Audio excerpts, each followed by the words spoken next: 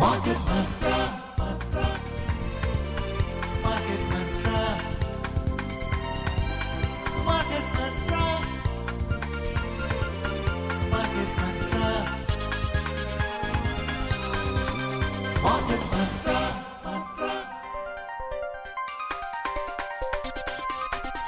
Market Mantra. Welcome to this Monday edition of Market Mantra, the program in which we give you a complete update on the economic news of the day.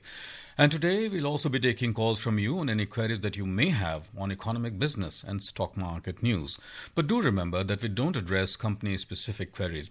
You can call us on our telephone numbers 2331 4444, 2342 1050 and 2331 10464, and don't forget to prefix 011 before these telephone numbers if you are calling from out of Delhi. Well, my name is Nishit Kumar and with me is my co-anchor in Hindi, Sonu Sood. धन्यवाद निशित। नमस्कार श्रोताओं, market मंत्र में आपका स्वागत है। रोज की तरह आज भी हम ताज़ा आर्थिक समाचार आप तक लाएंगे। श्रोताओं, आज सोमवार है और हर सोमवार की तरह हम आज आपके फोन कॉल सीधे प्रोग्राम में शामिल करेंगे।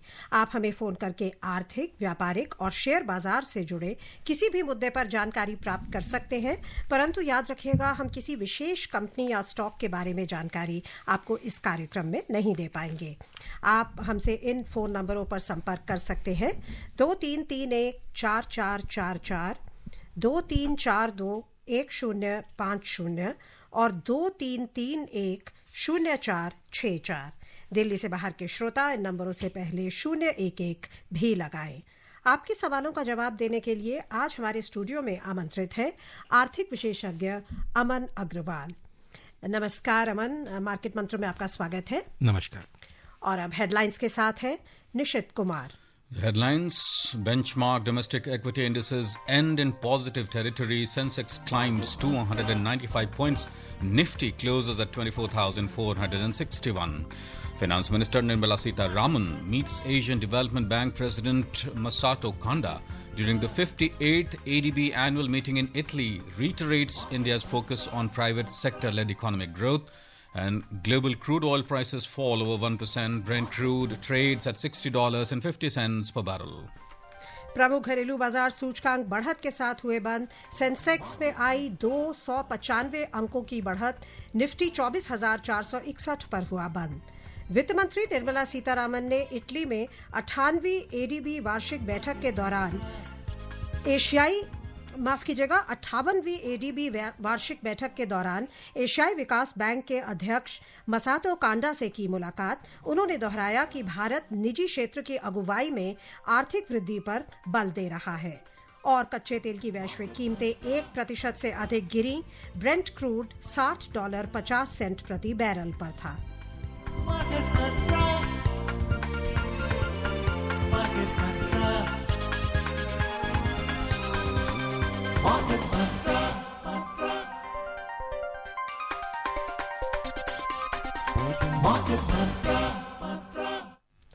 सबसे पहले शेयर बाजार। बैंकिंग के अलावा सभी क्षेत्रों में हुई खरीदारी के बल पर प्रमुख घरेलू बाजार सूचकांक आज बढ़त पर बंद हुए।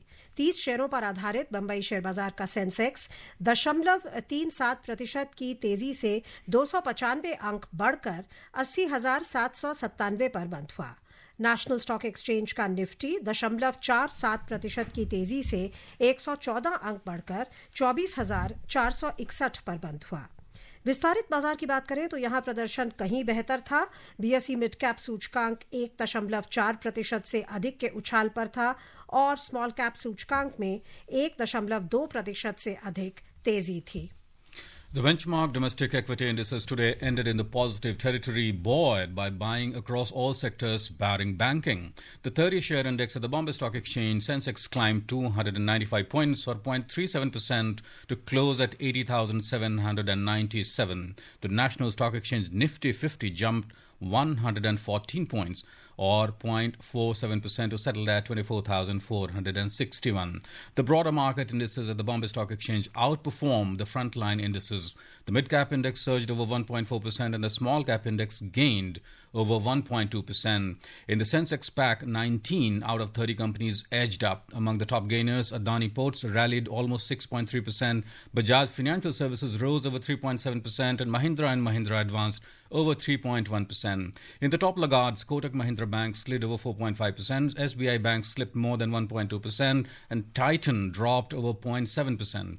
In the sectoral indices at the Bombay Stock Exchange, except BankX, which fell 0.9%, all other sectors logged gains.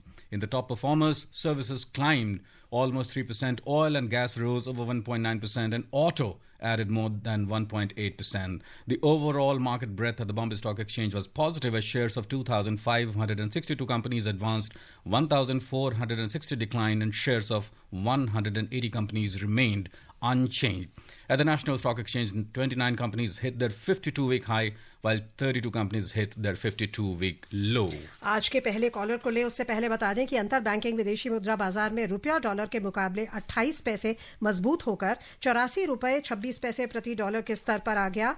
कच्चे तेल की कीमतों में गिरावट, घरेलू शेयर बाजार में सकारात्मक रुख और विदेशी फंडों के भारत में मजबूत प्रवाह के बल पर रुपये में ये मजबूती आई। 6 अन्य प्रमुख मुद्राओं की तुलना में डॉलर की मजबूती मापने वाला डॉलर सूचकांक दिन के कारोबार में 99.62 पर था। और हमारे पहले कॉलर कोलकाता से जुड़ गए हैं, अतानु साहा, आपका बहुत बहुत स्वागत है मार्केट मंत्र में। अपना सवाल पूछें। Good evening to everybody, and good evening to our sir. My question, Amanji. Sir, my question is, sir, what about sir double taxation, and how do we avoid double taxation? And my second one is our Trump, our President Trump, who imposed 100% tariff on the matter of the importing the mainly film inside their country. But if we do so, our country do so the same, then how do we count it? And sir, my third is very small. Our index will be reach at least a new height this financial year? Thank you. Yeah, first of all, double taxation happens when there are double taxation treaties which are not in existence. If they are not in existence, then you end up paying at two places in two different countries for the revenue which you have generated. Specifically, agar aap do jagah, if you are in two places where you're working and you're encashing or generating revenues in two places. So double taxation happens, and sometimes even where there are double taxation treaties, if taxation returns are not filed appropriately, then also double taxation tends to happen. So it varies from country to country. Only some specific countries we have double taxation. The second question you asked about is the tariffs. You see, in my opinion, personal opinion, the tariffs which he has raised are a question of the taxes being imposed, and he is saying that equitable taxes need to be there. He is the president of US citizens and the US as a country. He is not a president of the world, and so he has to look at the interests of the Americans. And if there are taxes which are being imposed by other countries which are not being charged by him when they are exporting and importing, then it's a justified structure. It would impact his economy more than impacting the other economies where it's a small share where they're trading. But his own economy, when the trades become more expensive, then for the consumer it becomes very expensive. So whether India will do this or not, we have when Mr. Kamal Nath was there, and when WTO weaned off way back in 2001 or 2, at that time the same debate was raised about the tariffs as well as the subsidies given to farmers in Europe and US, which tend to amount to about 300 to 400%. Whereas they told us to reduce subsidies, where in India we had reduced subsidies going from almost 200-300% in 1995 to almost nil, almost till 2001 or 2. So this is a discussion which happens where you have equitable platforms which are there. Thirdly, I don't think I would like to make any projections. I am not a pundit who can make projections on any market in specific. The fundamentals of Indian economy and Indian corporations are strong. The world is not going through a good phase. We are not in international exchange. Fortunately, Indian companies have been performing well, irrespective of the trade tariffs, unless there are warlike scenarios which are happening between India and Pakistan. Troubles are there, so that will impact the Sensex in due course for some level. Also, if this tariff war or some other war happens at the global level, then I cannot really say what will happen. But otherwise, given the fundamentals of the market, things are expected to go up in a better manner. Our next caller is Dilip from Delhi. Dilip, welcome. जी नमस्कार sir. नमस्कार sir, मैं जानना चाह रहा हूँ कि present government को जब से आई है तब से पेट्रोल का रेट सस्ता मिलता आ रहा है और गवर्नमेंट ने अपना स्टोरेज काफी बढ़ा लिया है इस दौरान, और इवन अपनी कूटनीति से आई थिंक यूरोप में तो मुझे इतना पता नहीं, लेकिन अमेरिका और रूस से काफी मात्रा में तेल खरीद लिया है। उसका अल्टीमेट फायदा हम जैसे लोगों को कब मिलने जा रहा है सर? क्योंकि गवर्नमेंट तो सस्ता खरीदती जा रही है, बट हमें फायदा कब मिल रहा है? ये जीएसटी के अंदर में कब आ रहा है सर? देखिए जी, आपने बड़ा अच्छा प्रश्न किया। जब जीएसटी लागू किया गया था अरुण जेटली साहब के समय पे, जब वो वित्त मंत्री थे, उन्होंने भी कहा था कि हम 2-3 साल में इसको ले आएंगे जीएसटी में।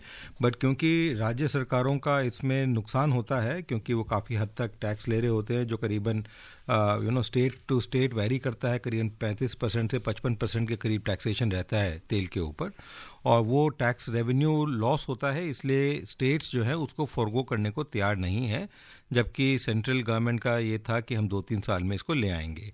बाकी आपने ठीक कहा कि सरकार मेहनत कर रही है, कोशिश कर रही है रिजर्व बढ़ाने की, और दाम भी इस समय अंतर्राष्ट्रीय मार्केट में कम हो रहे हैं क्रूड ऑयल के। ऑल्दो जो तेल खरीदा जाता है वो बल्क में खरीदा जाता है और कुछ नंबर ऑफ ईयर्स का कॉन्ट्रैक्ट होता है 3 से 5 साल का, तो उस पर फिक्स होता है जो ज़्यादातर हम तेल मात्रा खरीदते हैं क्रूड ऑयल की। 98-99% हमारी जो होती है, सिर्फ 1% से 2% हम ओपन मार्केट जैसे बर्न क्रूड एक्सचेंज है या कोई और एक्सचेंज है उससे हम खरीदते हैं, बाकी सारा हमारा कॉन्ट्रैक्टेड होता है पहले ही। तो इसलिए सरकार बहुत कोशिश कर रही है ताकि लोगों को राहत मिल सके, कुछ कम की जा सके। इस बार उन्होंने अपने एक्सचेकर भी बढ़ाया है, कुछ एक्साइज लगा के जब गिरा था तो कुछ पैसा उससे क्रिएट किया है ताकि बफर मिल सके सरकार को। और दिल्ली से चलते हैं कर्नाटका। कुमार नायक है हमारे अगले कॉलर, बहुत बहुत स्वागत, सवाल पूछे। नमस्कार। नमस्कार। Good evening sir, all market Mantra team, this is Kumar Nayak from Karnataka, Mysuru. Yes sir.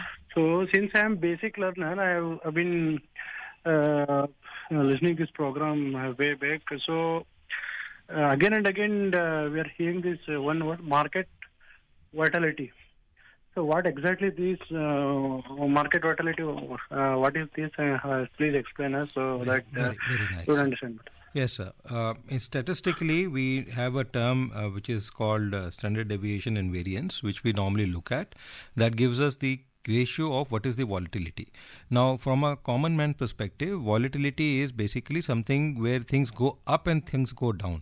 Let us say it's like your blood pressure, which people monitor, and they show in television and movies also, where the monitor is going on. Suddenly the blood pressure goes up, suddenly the blood pressure goes down. Like the same way the heartbeat goes up and goes down randomly, too much up and too much down. It is not following a pattern. Then when it is not following a pattern, that particular thing is called volatility. That means it is not moving up or down in a specified range. So let us say your salary is supposed to increase. So 1 month or 1 year the salary increases by 10%, then by 15%, then it goes down by 2%. So this is volatility. If it increases by 2, 3, 3, 5, 4, 4% constantly, then there is not volatility, there is an increase or reduction. So this is where when we talk of market volatility, we look at the Sensex or different indices which have been created by both the exchanges and other exchanges as well, where we look at how much it is going up or going down and what speed is going up and going on, not following a normal trend. There is a line we normally refer to, straight line, which is there, which is normally the trend which is supposed to show. Next caller is Jitendra from Jaipur. Jitendra. Hello. हाँ sir, जैसे अभी web submit गया है, कल खत्म हुआ है, 3 दिन का था, तो उसको बिजनेस ग्राउंड से आप थोड़ा सा कुछ प्रकाश डालें, और क्या आने वाले भविष्य में क्या इसका भी आईपीओ आ सकता है? क्या सबमिट किया है? आईपीओ आ सकता है, वेब सबमिट। नहीं, देखिए जी, वो सबमिट जो होते हैं, डिस्कशंस होते हैं, डिबेट्स होते हैं, मीटिंग्स होते हैं, उसमें उनका रिजल्ट आते आते 2 से 3 महीने निकल जाते हैं, बिकॉज जो भी कार्यक्रम में जो भी डिबेट्स उस पर डिसीजंस होते हैं, कॉन्ट्रैक्ट्स भी साइन होते हैं समिट्स के अंदर, उनको इम्प्लीमेंट करने में मिनिमम 2 से 3 महीने लगते हैं। अगर सरकार इन्वॉल्व है तो कभी कभी 6 से 9 महीने भी लग जाते हैं। तो हम ये कहें कि एकदम से कुछ आएगा उसके अंदर, मैं ये नहीं एक्सपेक्ट करना चाहिए उसके अंदर, पर उसका पॉजिटिव रिजल्ट रहता है इकोनॉमी के ऊपर भी और एक्सचेंजेस के ऊपर भी। सुभाष फरीदाबाद से हमारे अगले कॉलर, बहुत बहुत स्वागत, सवाल पूछे। जी सुभाष जी, आप हमारे साथ जुड़े हुए हैं, सवाल पूछिए। नमस्कार मैडम, नमस्कार। नमस्कार सर, मेरा एक्सपर्ट्स को भी बहुत बहुत नमस्कार। सर मैं ये नमस्कार, पूछना सर। चाहता था हाँ जी। कि जैसे म्यूचुअल फंड में हमारा सर कुछ इन्वेस्टमेंट है, इक्विटी में भी और हाइब्रिड में भी, अच्छा जी। करीब 5-6 साल से सर। अभी हमें कुछ पैसे की जरूरत है सर, तो हमें कौन से उससे फंड से निकालना चाहिए, हाइब्रिड से या इक्विटी से? देखिए जी, आप बड़ा अच्छा प्रश्न पूछा है इसमें। देखिए, हाइब्रिड नॉर्मली जो होता है वो थोड़ा इतना एग्रेसिव नहीं होता है। अब आपने इक्विटी भी जो आपने म्यूचुअल फंड लिया है उसका, उसमें कितनी वॉलेटिलिटी है, कितना उसमें राइज देखने को मिल रहा है, उसके ऊपर डिपेंड करता है। वो इक्विटी सेफ बॉन्ड्स को लेके बनाई गई है या वो इक्विटी छोटे और जो रिस्की बॉन्ड्स हैं, ये जो इक्विटीज़ हैं उनको लेके बनाई गई है, उसके बेसिस पे डिसाइड होगा। जिसमें आपको वॉलेटिलिटी ज़्यादा लग रही है उससे आप पैसा निकाल लें, बाकी दूसरे वाले जो स्टेबल है उसमें रखें। बिकॉज ज़्यादातर जो म्यूचुअल फंड्स होते हैं उनको क्रिएट जो किया जाता है उसमें बैलेंस होता है थोड़ा बहुत, और मल्टीपल शेयर इक्विटीज़ या अगर डेट और इक्विटी है जो हाइब्रिड वाला केस में है, तो उस केस में इतनी ज़्यादा वॉलेटिलिटी हाइब्रिड्स में कम देखने को मिलती है। बट आपको ज़्यादा पता होगा बिकॉज आपने जो लिया है उसमें आपको कितनी वॉलेटिलिटी देखने को मिल रही है और कितना रिटर्न आपको देखने को मिल रहा है। जिसमें भी कम मिल रहा है उसको आप अभी एनकैश कर सकते हैं। Our next caller is N.R. Prasad from Bengaluru. Mr. Prasad, welcome. Hi, good evening, Market Mantra. Good evening. This is N.R. Prasad from Bangalore. Yes, sir. Mr. Agarwal, there are two questions. Yes, sir. First question is, see, some IT sector and some banking sector. Some banks have gone up, some banks have come down in the last 1 week or so. And same as in the IT sector also. Some companies have done really well, but some have fallen down. Any specific reason? My second question is in the recent income tax rules that changed effective 2025-26, is standard deduction has gone up from 50,000 to 1 lakh. Is it applicable only for the interest on the banks? Thank you. These are my two questions, sir. Very nice. Thank you, sir. First of all, the question about, certain shares going up and certain shares going down. As of now, there is no specific news with regard to both banking or IT sector, which I could rely on and say that this is the reason why they are going up or going down. This is more of a herd behavior or sentiments of people, which people are buying and selling.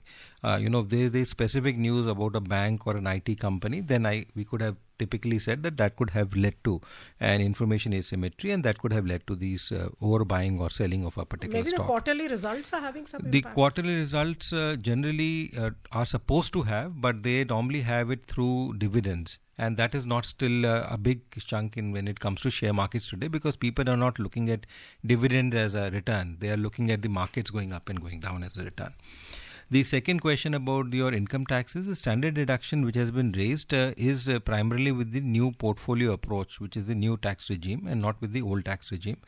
With senior citizens, there has been a major benefit which has been given, wherein the interest, if you get up to 1 lakh rupees from banks or any other deposits which you have, then they don't need, TDS does not get deducted on them, which was not the case earlier. Even for senior citizens, it was only certain benefits were given for super senior citizens, but not for senior citizens. Even now, senior citizens also, this benefit has been applicable from the current financial year, which is will be where the return will be filed next year, not this year. और आइए अब चले मुंबई, जहां से रत्नाकर जी जुड़े हैं हमारे साथ। बहुत बहुत स्वागत, सवाल पूछे।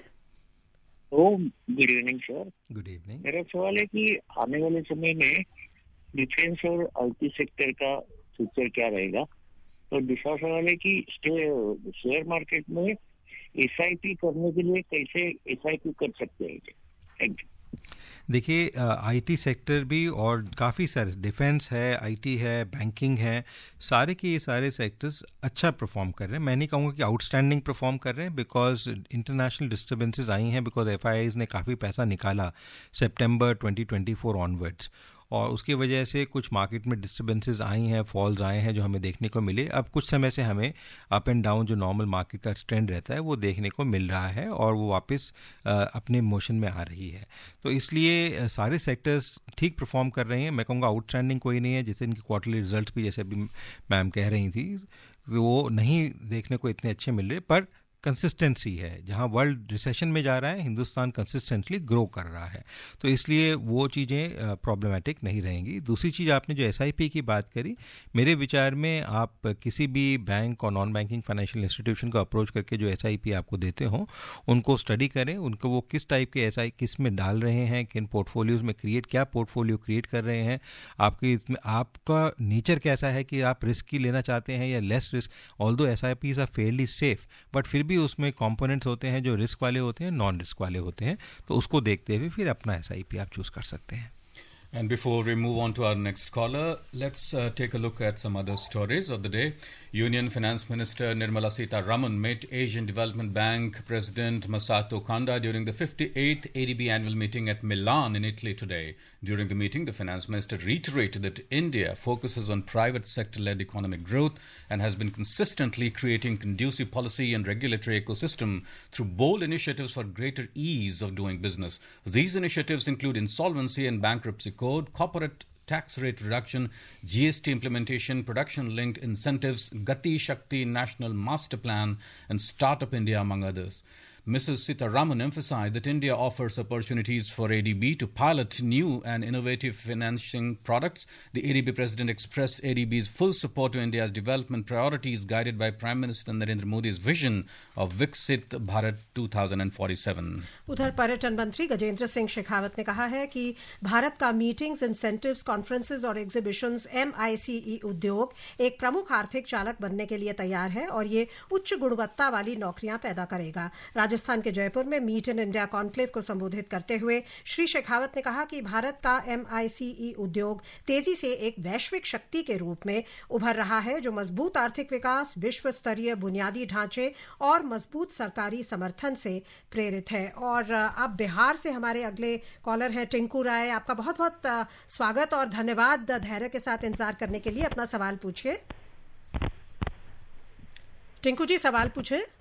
नमस्ते मैडम जी। नमस्कार सर। हम बोले कि बिहार और यूपी का जो है सहारा इंडिया में फिक्स डिपॉजिट जो कर रखा है, कब मिलेगा सर ये पैसा? और एक सवाल है, दो सवाल है मेरा।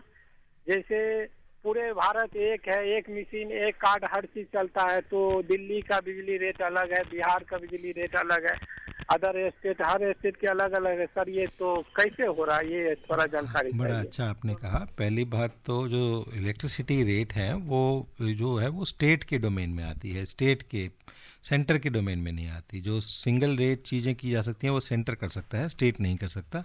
और स्टेट को अपने रेवेन्यू एक्सपेंसेस खर्चा और आमदनी देखनी होती है, तो उसको जैसे हर एक घर का गृहिणी का घर चलाने का रास्ता तो अलग अलग होता है। आपके मित्र होंगे जो आप जैसा ही कमा रहे होंगे, पर हर एक का खर्चा, राशन पानी हिसाब किताब अलग होता है। ऐसे ही हर एक स्टेट का राशन पानी का हिसाब किताब अलग होता है, इसलिए वो डिफरेंट रहते हैं tariffs.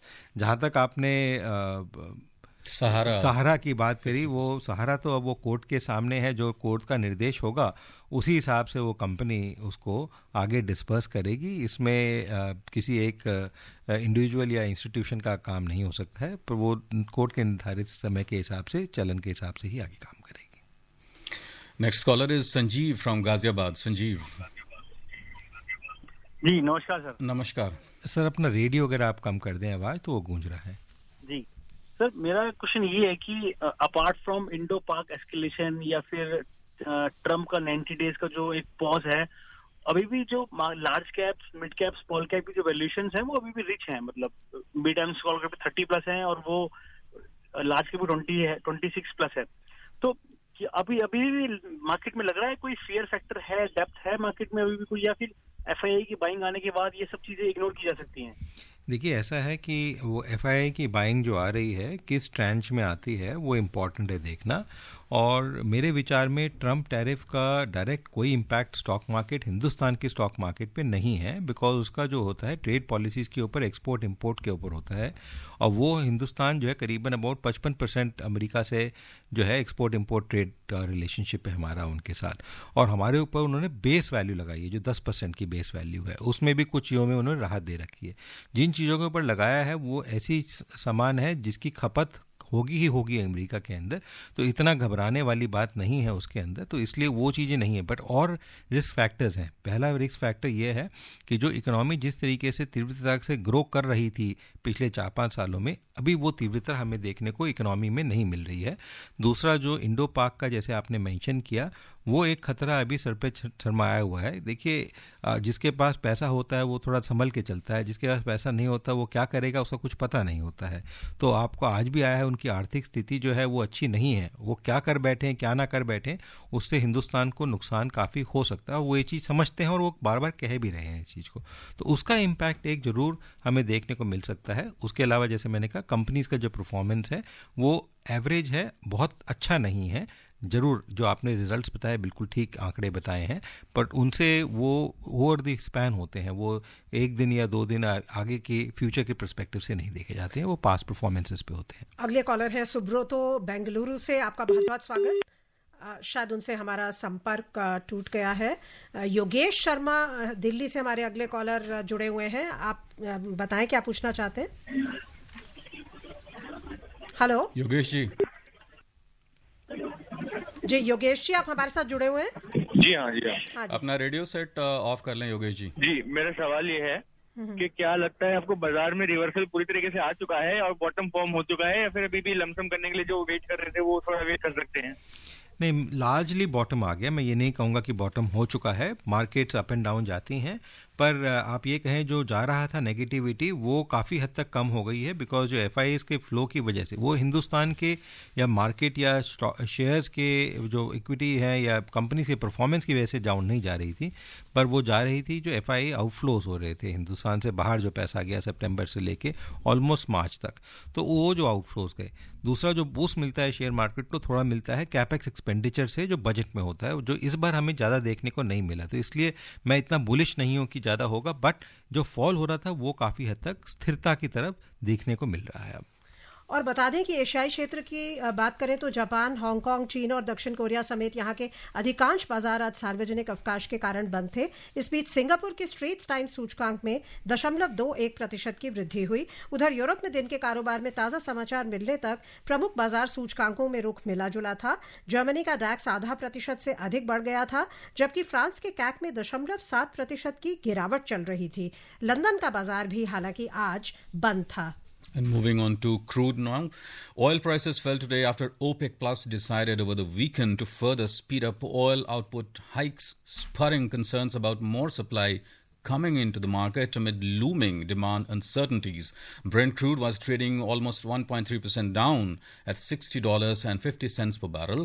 WTI crude was also down by 1.5% at $57.41 per barrel when reports last came in. और सराफा बाजार में सोना आज गिरावट के साथ कारोबार कर रहा था। अंतिम समाचार मिलने तक भारत में 24 कैरेट सोना 2.06% बढ़कर 94,920 रुपए प्रति 10 ग्राम के स्तर पर था। वहीं चांदी 0.47% बढ़कर 94,580 रुपए प्रति किलो पर थी। मल्टी कमोडिटी एक्सचेंज में अंतिम समाचार मिलने तक जून में आपूर्ति वाला सोना 2.13% बढ़कर 94,607 रुपए प्रति 10 ग्राम पर था। वहीं जुलाई में आपूर्ति वाली चांदी का वायदा मूल्य 0.6% बढ़कर 94,631 रुपए प्रति किलो पर था। एस के अधिकारी दिल्ली से है, जल्दी से अपना सवाल पूछ लीजिए, हमारे पास 40 सेकेंड है। नमस्कार मैम। नमस्कार सर। नमस्कार। मेरा सवाल यही है, मैं सेंट्रल कंपनी एम्प्लॉय हूँ सर, सोना कम होगा कि नहीं होगा, यही है। Thank you ma'am. Thank you. देखिए जी, अंतर्राष्ट्रीय मार्केट में तो सोना कम हो रहा है, ऐसा नहीं है कम नहीं हो रहा है, पर अगर रुपया स्ट्रेंथन हो गया तो आपको सोना गिरावट देखने को मिलेगा। तो सोने में फिर भी ऑल टाइम हाइज के ही करीब है, 3,000 को क्रॉस करा है, $3,000। इतनी जो तेजी है उसका क्या इंडिकेशन है? बिकॉज रुपया जो है पहले 82-83 रुपीस डॉलर के आसपास था जब से ये एक्सचेंज में गिरने लगा है, FIIs का आउटफ्लो हुआ। अब जो है 86-88 के बीच में पहुंच गया था। तो इस वजह से जो गिरावट आई वो उसकी वजह से हमारा जो सोना है वो लंदन स्टॉक एक्सचेंज करता है, हम लोग नहीं करते हैं। समय समाप्त हो रहा है। बहुत बहुत धन्यवाद आपका अमन जी, आप आए और आपने हमारे सवालों के श्रोताओं के सवालों के जवाब दिए। धन्यवाद, नमस्कार। Thank you, Aman. And before we close, a reminder of the headlines. Benchmark domestic equity indices end in the positive territory. Sensex climbs to 95 points. Nifty closes at 24,461. Finance Minister Nirmala Sitharaman meets Asian Development Bank President Masato Kanda during 58th ADB annual meeting in Italy. And global crude oil prices fall over 1%. Brent crude trades at $60.50 per barrel. And that's it in this edition of Market Mantra. From the entire team here, goodbye. Market Mantra.